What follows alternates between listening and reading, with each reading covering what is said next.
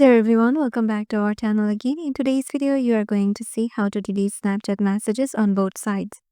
So for that, let's head over to our Snapchat application first. Once you are there, make sure that you have logged in into your desired Snapchat account and then head over to your DM section.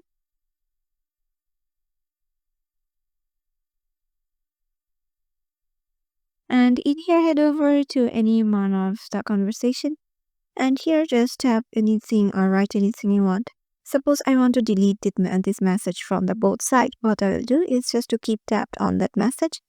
And here you will find the option of delete. Just tap on delete. And here tap on when you delete a message, we will attempt to remove it from ourselves, our servers, and your friend's device. So as we know on Messenger or Instagram, we have to unsend it or just delete it from both sides. But in Snapchat, we just have to delete it and it will be deleted from the both side. So just tap on OK. Tap on delete chat.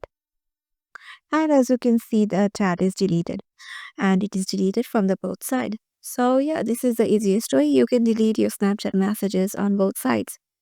Hope this video helped you out. If you have got any question regarding this, make sure to comment down below and we will reach you out.